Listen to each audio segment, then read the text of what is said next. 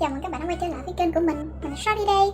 Hôm nay mình sẽ chỉ với các bạn tất tần tật những bước các bạn cần biết trước khi mình thi TOEIC nha. Nếu các bạn không biết thì TOEIC là kỳ thi năng lực tiếng Hàn và TOEIC được chia thành 2 cấp. TOEIC cấp 1 là TOEIC trình độ sơ cấp. Khi mình thi TOEIC cấp 1 thì điểm của mình sẽ được xếp theo cấp 1 hoặc cấp 2. Còn nếu mà các bạn thi TOEIC 2 thì điểm của mình sẽ được chia thành 4 cấp là cấp 3, cấp 4, cấp 5 và cấp 6. Vừa rồi thì mình thi TOEIC cấp 1. Lúc đầu thì mình định thi TOEIC cấp 1 vào tháng 10 là kỳ 72, rồi sau đó mình định thi TOEIC cấp 2 vào tháng 11 là kỳ 73. Nhưng mà các bạn cũng biết rồi đó, là do dịch corona cho nên là kỳ 73 đã bị hủy bỏ và chỉ có mỗi kỳ 72 được thi thôi. Và kỳ 72 đã được dời từ tháng 10 sang thành tháng 11, cho nên mình vừa mới thi ngày 15 tháng 11 qua. Trước khi thi thì việc quan trọng nhất các bạn cần biết đó chính là biết thời gian thi và thời gian đăng ký thi. Các bạn biết thông tin như thế nào? Chỉ cần search Google địa điểm đăng ký thi TOEIC sẽ rất nhiều trang cho bạn tham khảo, có thể trên Facebook hoặc là ở trên một cái trang trung tâm Hàn ngữ nào đó. Bạn có thể xem nhiều trang khác nhau để kiểm chứng được cái sự chính xác của thông tin đó. Mình đăng ký thi ở trường Đại học Hồng Bàng. Theo mình biết thì cái cách đăng ký thi ở Hà Nội và Hồ Chí Minh rất là khác nhau. Ở Hà Nội hình như chỉ được đăng ký thi online thôi thì phải. Tại vì mình ở Hồ Chí Minh, mình đăng ký thi ở trường Hồng Bàng 3 tháng trước và mình đăng ký vào tháng 7 cho kỳ thi dự tính vào tháng 10, nhưng mà sau đó đã bị dời tháng 11. Đó thì các bạn trước khi thi càng sớm càng tốt, biết được cái thời gian đăng ký thi ít nhất là 3 tháng cho mình, tại vì thường thì họ sẽ cho đăng ký 3 tháng trước khi thi. Nếu được bạn thấy khoảng thời gian thi thường thì họ sẽ cho 1-2 tuần vậy đó, mình không có rõ, hình như là 2 tuần. Thì nếu bạn đi được vào ngày đầu tiên thì các bạn nên đi, tại vì không biết được là khi nào cái số lượng thi đó sẽ cắt, tại vì số lượng chỉ có giới hạn thôi mà. Cái bạn cần mang theo là 2 ảnh thẻ 3x4. Các bạn nhớ là cái mặt mình nó đừng có bự quá nha. Cái ảnh thẻ thì cái mặt mình nó phải tương đối vừa phải, ví dụ như là đây mặt mình đi, ảnh thẻ nó phải cỡ này nè, đó cỡ đó chứ đừng có cỡ này nha.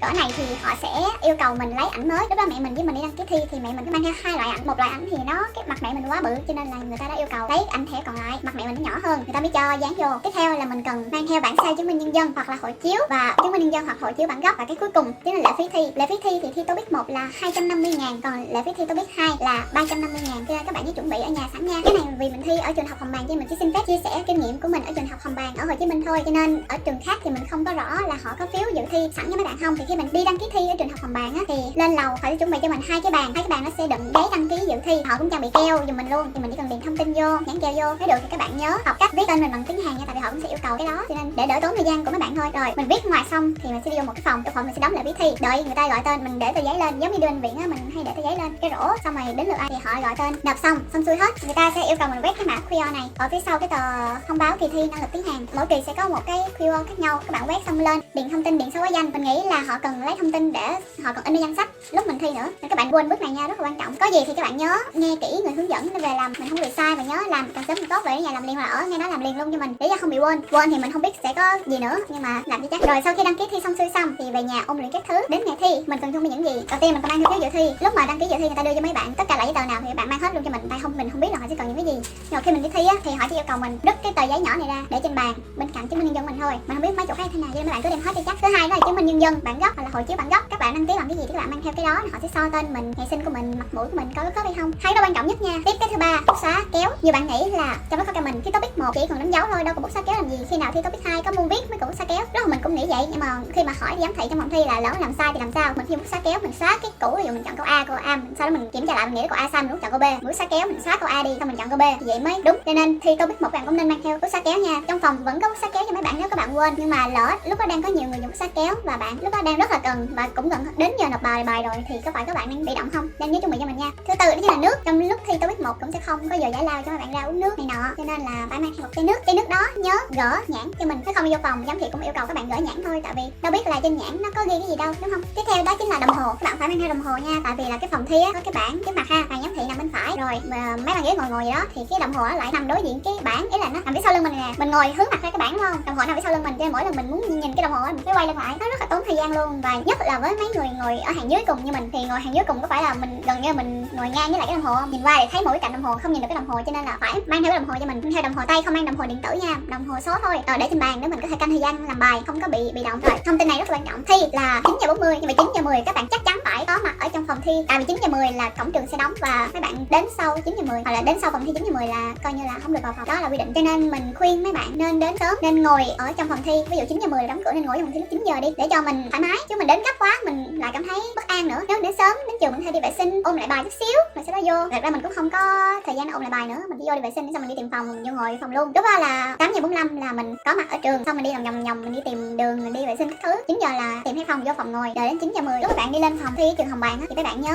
chú ý ở ngoài cửa xem có dán cái tờ mà có ghi tên mình hay không. Nếu mà cái tờ đó có ghi tên mình thì các bạn chắc chắn biết là mình sẽ thi ở phòng này, nếu không thì phải hỏi lại người ta là em không biết tên em trong đây thì anh thì kiểm tra lại được không, giống vậy. Lúc mà vô phòng thi á, bạn sẽ không thấy sơ đồ ngồi nằm ở trên bảng, mà là ở trên bàn sẽ dán một cái tờ giống như thế này. Các bạn đi tìm tên ở với hàng dưới cùng, xong rồi số báo danh, xong rồi mấy thông tin khác, topic 1 này nọ, màu hồng sẽ topic 1, một cái màu trắng nữa sẽ giống vậy. Kiểu này đi, cái này màu trắng sẽ để bên cạnh. Topic 2 là cho buổi chiều, thì topic 1 xong rồi sẽ xé ra để chỉ còn topic 2 thôi. Bạn nhớ coi tên mình nằm ở khúc nào thì mình ngồi ở cái bàn đó. Lúc đầu mình thấy có hai bản tin dán như nhau, mình tưởng là sẽ có một người ngồi bên cạnh mình nữa, nhưng không, đó là do buổi chiều topic 2 thôi, cho nên là mấy bạn cứ thoải mái, mỗi người một bàn nha. Đến 9:05 thì phải, thì có một anh đi vô, anh khám. Các bạn biết mấy cái cây mà nó dài ở vậy hay dùng để quét người mình không? Quét để coi có mang theo cái thiết bị điện tử nào không. Sẽ có anh kêu tất cả các thí sinh lên đứng thành một hàng quét từng người. Ok, đi về. Về điện thoại các bạn nhớ tắt nguồn, không để cho máy bay, và tắt nguồn nó mới mất hết mấy cái tín hiệu thì cái máy này nó sẽ không dò ra. Lúc đó thì mẹ mình có hỏi là mẹ mình để cho máy bay được không, tại vì điện thoại mẹ mình khó tắt nguồn á, thì thầy giám thị đó nói là không được, tại vì để cho máy bay nó vẫn sẽ phát ra tín hiệu nên là phải tắt nguồn xong mình sẽ đưa giám thị nha, không được cất thư cập của mình, đưa giám thị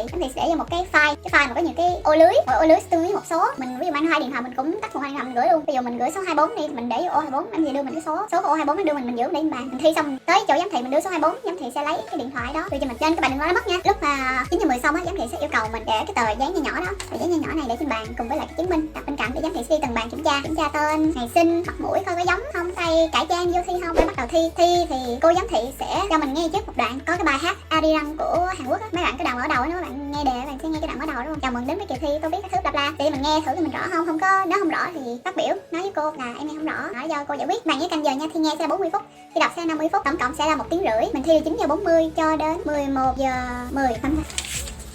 Mình nói hơi lạ nha, tại vì tờ này á thì mình thấy người ta ghi á là thi đọc là 1 tiếng, thi nghe là 40 phút. Không hiểu sao vô phòng thi mình lại tính thời gian mà thi nghe 40 phút, thi đọc 50 phút.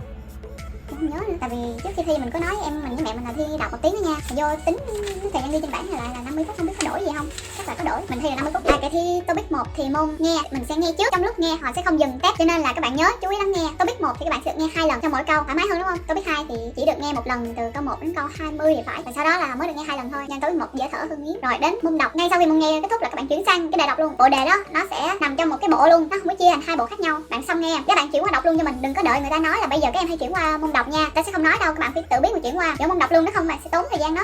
Các bạn nghe câu nào các bạn khoanh câu đó, đừng có khoanh trong đề xong rồi mới khoanh vô kia, tại vì là sẽ mất rất nhiều thời gian. Mình nói thiệt đó, thì các bạn nghe bạn chắc chắn câu nào rồi các bạn khoanh luôn cho mình. Rồi ở môn đọc mình đọc chắc chắn câu nào mình khoanh câu đó, câu nào mình không chắc chắn mình bỏ trống, mình qua bên cái bộ đề mình khoanh tròn cái số câu hỏi mà mình đang vướng lại tí nữa, mình làm gần xong hết, mà mình làm xong hết mình quay lại mình coi và mình quyết định mình chọn câu nào để mình chọn tại các bạn đúng nhất. Thì xong thì sẽ có tiếng chuông vang lên, bắt đầu thi sẽ có tiếng chuông và kết thúc thi cũng sẽ có tiếng chuông. Kết thúc rồi các bạn nhớ đẩy bút lại để bút trên bàn, để hai tay lên bàn, không được viết gì nữa, xong mình nộp bài cho giám thị. Xong rồi đợi giám thị đến bài xong mình có thể ra về, đợi 1 tháng 1 tuần sau các bạn sẽ có kết quả. Còn gì đúng không ta? Mình nghĩ vậy là hết rồi.